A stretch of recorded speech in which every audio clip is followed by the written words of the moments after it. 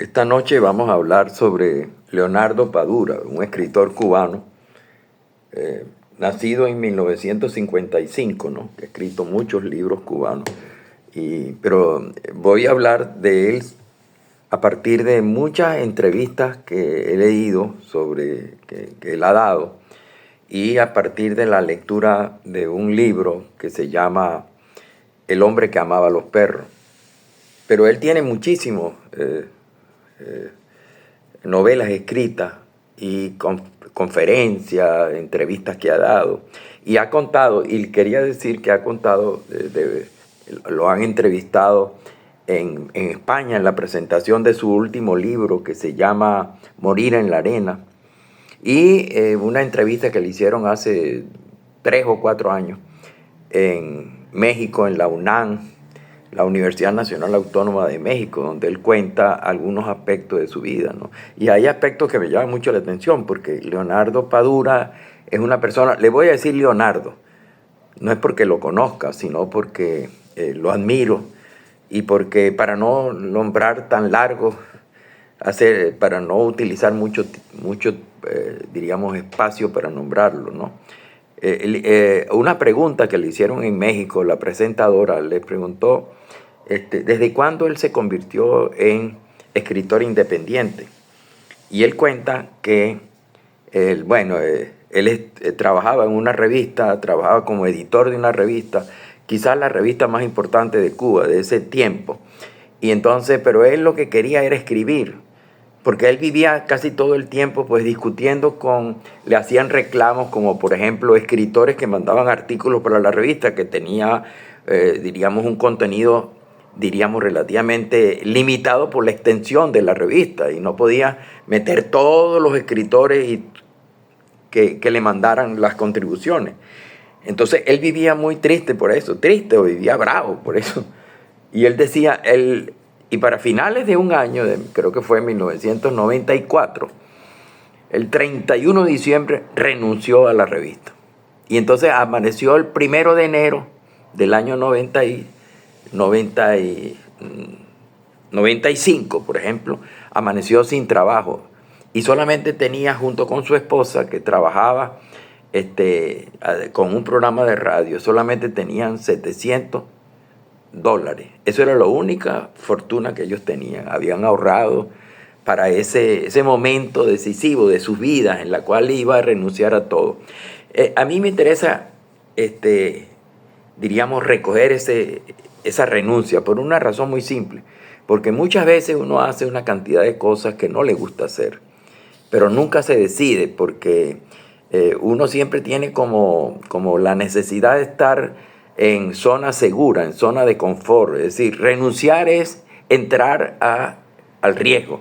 Por ejemplo, ahorita yo voy a hacer yo no tengo dinero. Yo. Y entonces yo soy profesor de la Universidad Técnica de Manabí, la UTM, y tengo mi salario. Ahora bien, a partir del mes de enero, yo voy a renunciar me voy a ir de la UTM y me voy a ir también de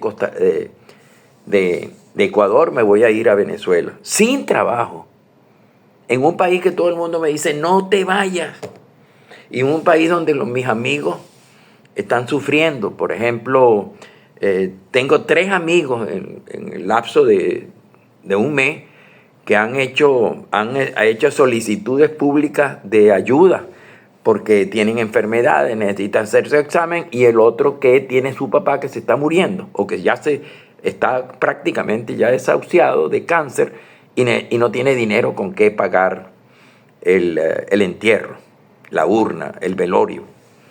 Entonces, bueno, todo el tiempo a mí me dicen mis amigos, ¿tú te das cuenta? Tú no tienes dinero, tú estás viejo y vas a ir a sufrir lo mismo. Y bueno, yo irresponsablemente me voy a ir. Irresponsablemente. Porque no sé, si me pongo a sacar cuenta me quedaré toda la vida en otro país que no es mi país. Y me quedaré todo el tiempo haciendo cosas que no es exactamente lo que yo quiero hacer. Porque si bien yo soy profesor hace 50 años, pero yo he sido profesor hace 50 años y tengo ya 10 años siendo profesor en 3 países en los cuales he vivido que no son mi país: Colombia, Perú y Ecuador.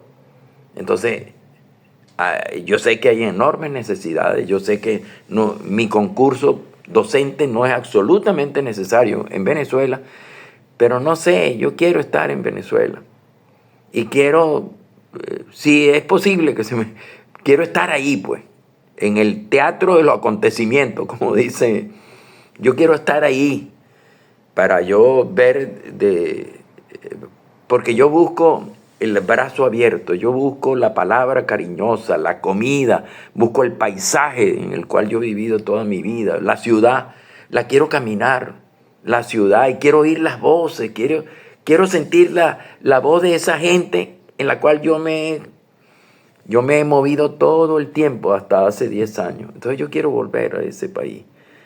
Y ya no tengo mucho tiempo. No quiero llegar a ser mucho más viejo de lo que soy y decir, yo me arrepiento de no haber tomado la decisión de irme a Venezuela.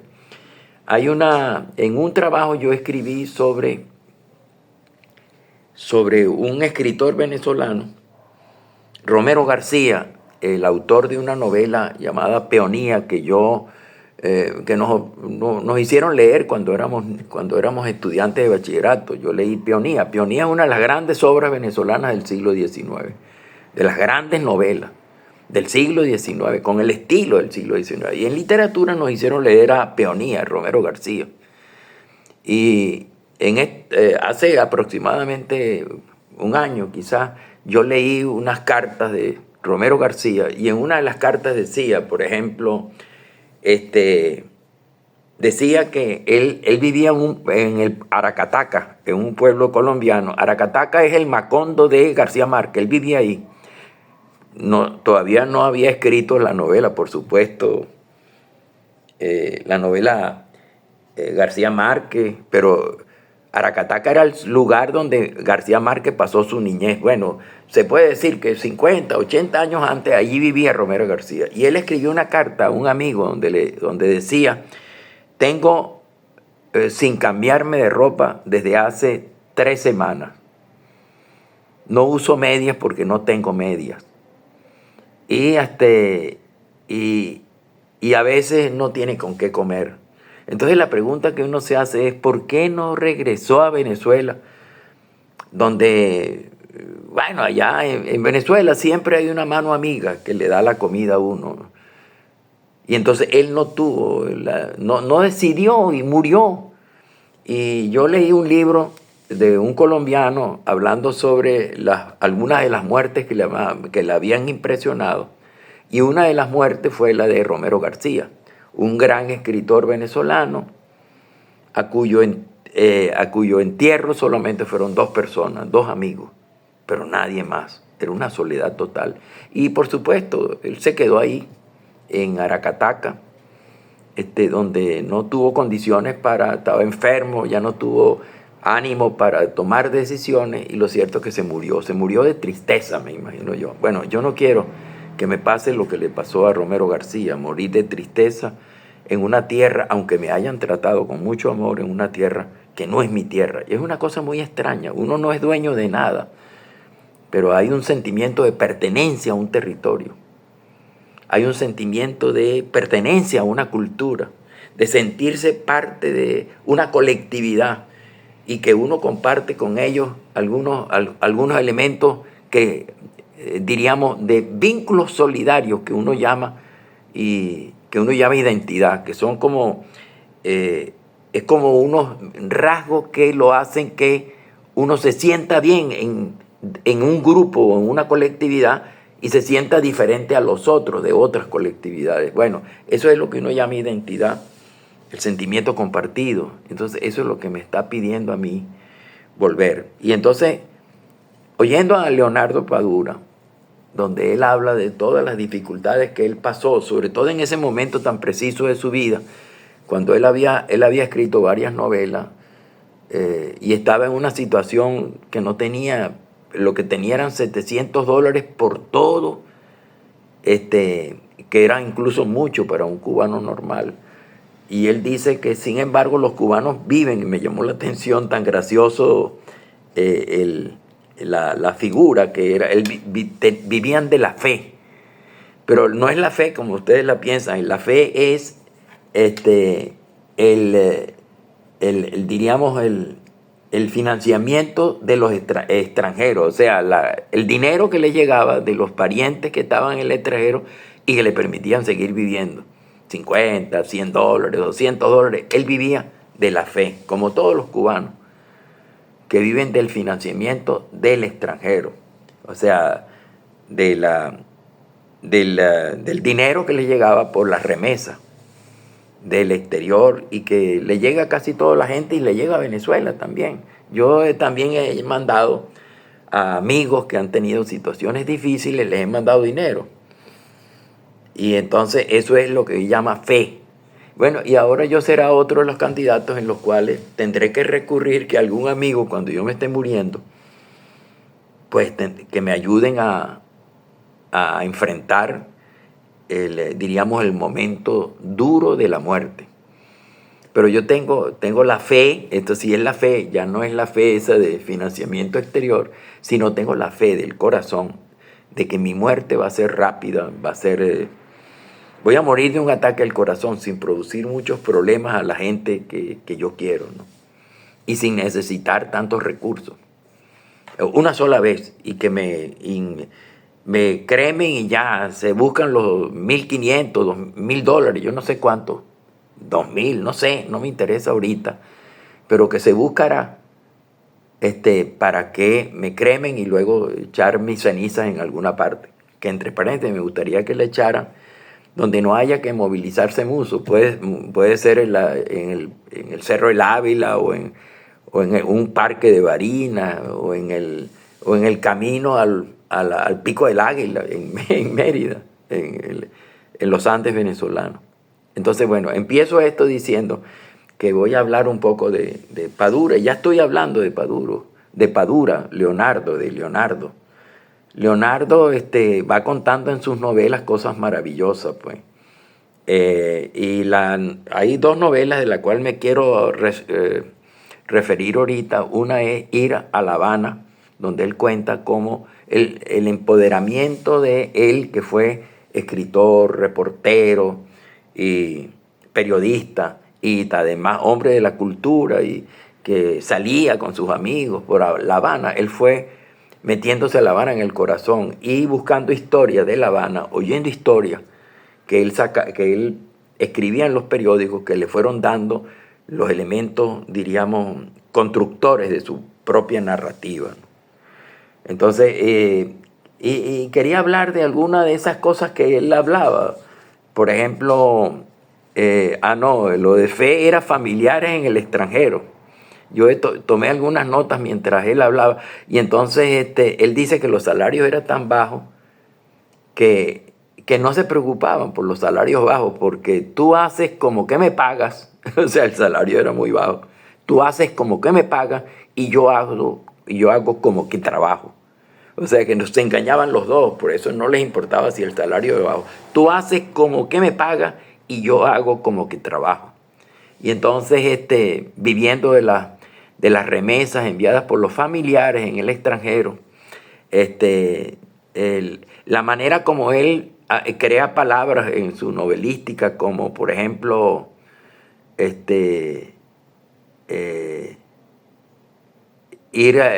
por ejemplo, agentud. Él creó una palabra agentud, que es la manera como tú sientes que todas las cosas van siendo ajenas a ti, cómo va cambiando tu vida y la vida se va haciendo, tú no tienes control sobre tu propia vida, sino que la vida se va haciendo cada vez más separada de ti, sin control que tú tengas, y y echaba cuentos, por ejemplo, un cuento que echó, que se lo voy a repetir, es que una persona iba en un carro con un amigo y en un taxi,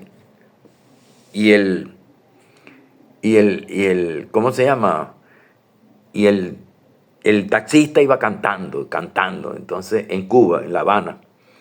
Y uno de los que estaba en el carro llegó y le dijo, uno de ellos, le dijo, mira, ¿cómo es posible que tanta pobreza que estamos viendo, la basura en las calles, todas las cosas que se ven en La Habana, y tú estás cantando? Y entonces él paró el carro, volteó hacia donde estaban los pasajeros y le dijo, ¿usted quiere que además de ser miserable, yo sea triste? Y a mí me pareció tan buena la respuesta. Además de pobre, ¿usted quiere que además yo que sea triste? Déjeme ser pobre nada más, pero déjeme mi alegría. Bueno, y él cuenta cómo él empezando a escribir, cómo escribió la novela, esa novela que escribió sobre Trotsky, la muerte de un sueño, cómo creó los personajes de Trotsky, y personajes de ficción y personajes que no son de ficción.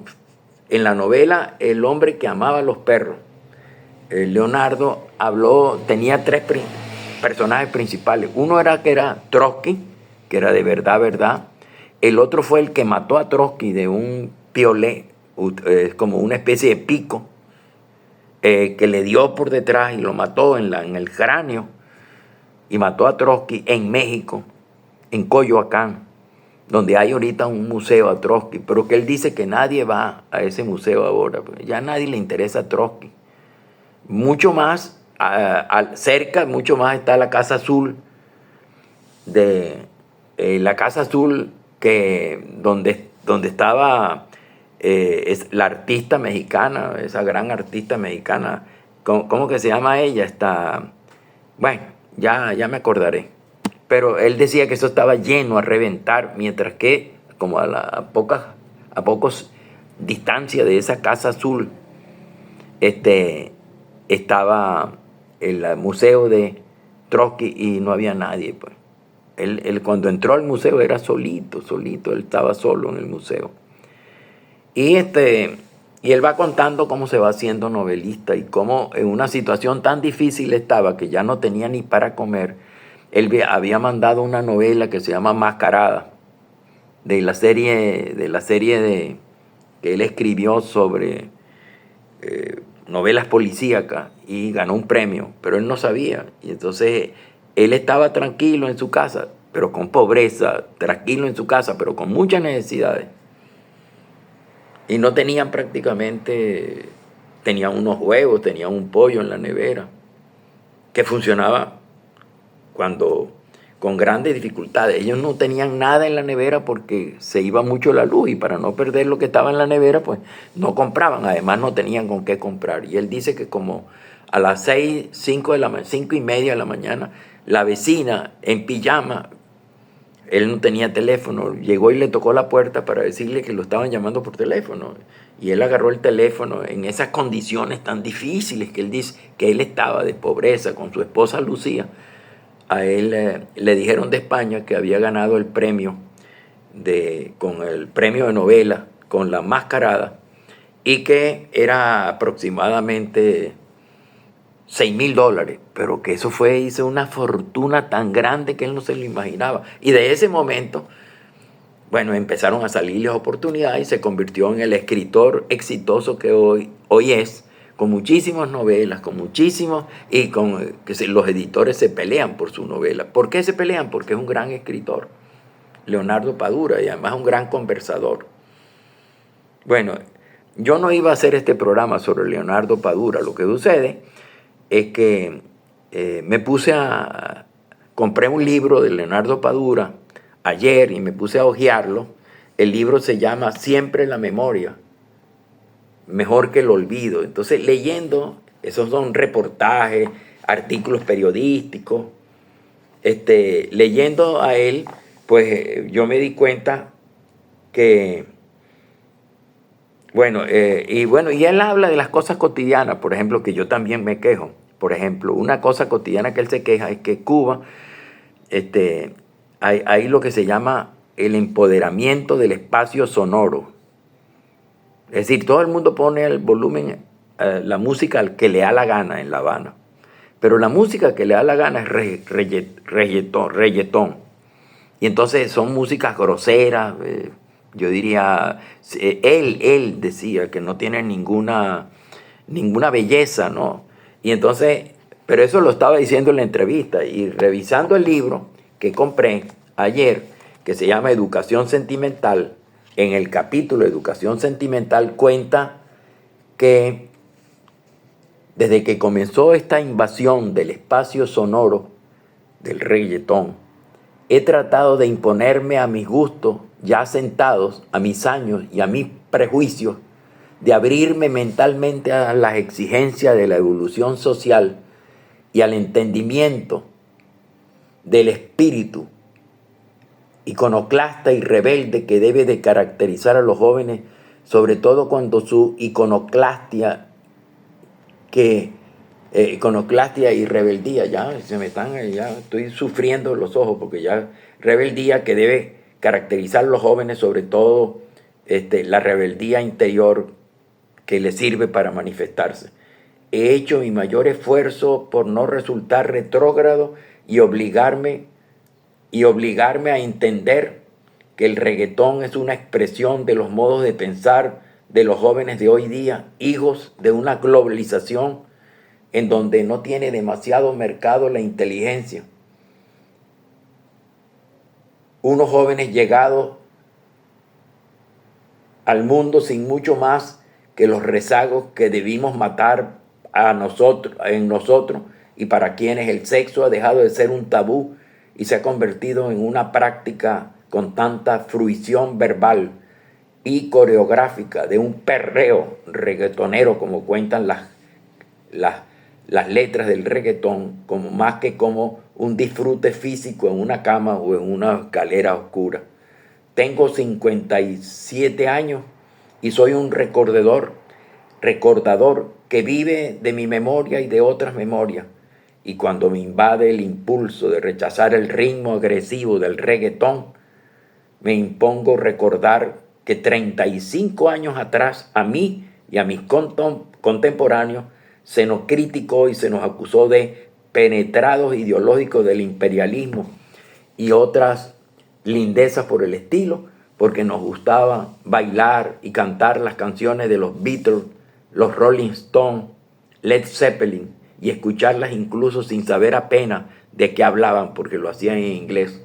A nosotros en realidad no nos importaba demasiado de qué hablaban, porque sabíamos, eso sí, que se dirigían a nosotros, y sin entender las palabras captábamos su sentido y repetíamos con ellos: all you need is love.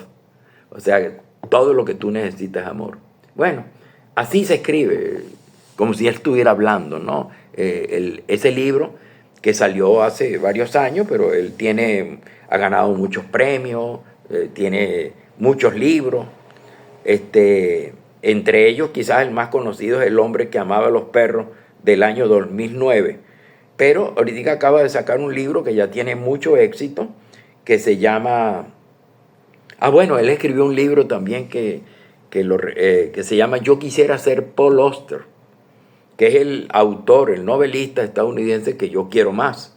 Y él escribió ese libro, Yo quisiera ser Paul Auster, ensayos selectos, pero que desgraciadamente lo escribió en el 2015 y yo todavía no lo he podido conseguir.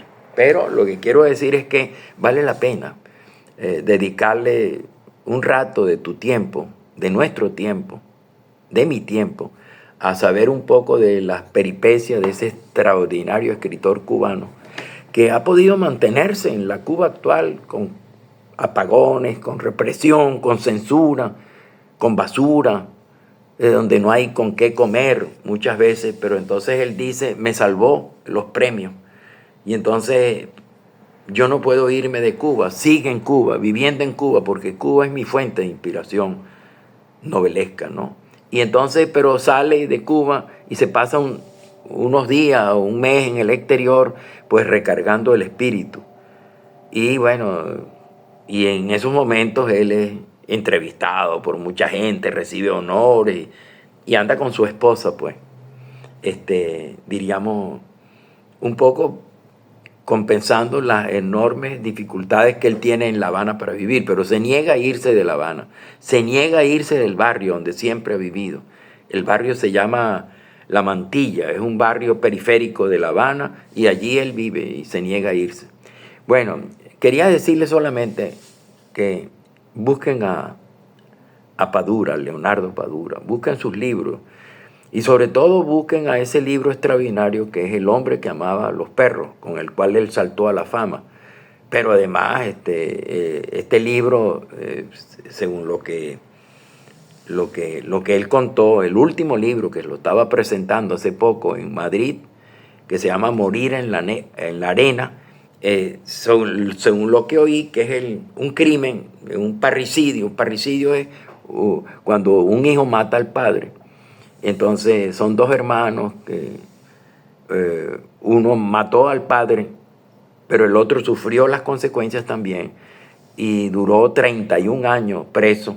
Y cuando sale del castigo de prisión por haber matado a su padre, él se consigue con que su novia, cuando él cayó en presidio, ahora es la esposa de su hermano.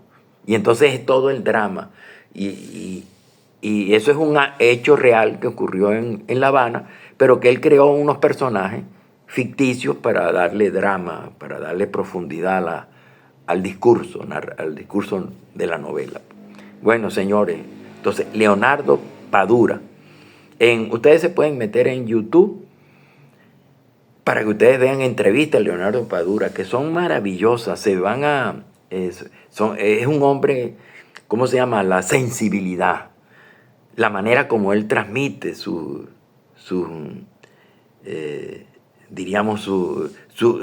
como él se expresa sobre su propia vida y la vida cubana, la vida sin miedo. Él habla de cómo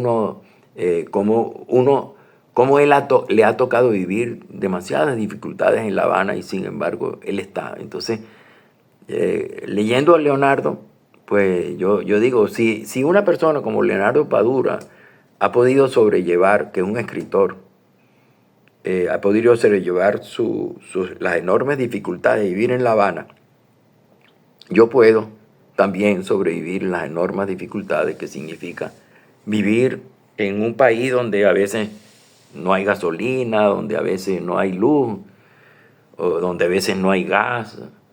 Un país donde hay algunas dificultades en los servicios públicos y donde lo más difícil, los salarios no alcanzan. Porque los amigos de los cuales yo hice referencia son profesores universitarios que no tienen cómo pagar los gastos de salud, pues. Y entonces tú los ves languidecer y tienen que recurrir a la solidaridad de los amigos. Espero no hacerlo yo, pues, y que hayan mejores condiciones en poco tiempo que hagan que las condiciones de bienestar se estabilicen, no, crezcan para crear mejores condiciones de vida. Bueno, pero lean a Padura, que es lo que a mí me interesa. Nos vemos entonces en el próximo programa. Acuérdense, darle clic si les gusta, inscribirse, etcétera. Todo lo que hay que hacer. Un abrazo.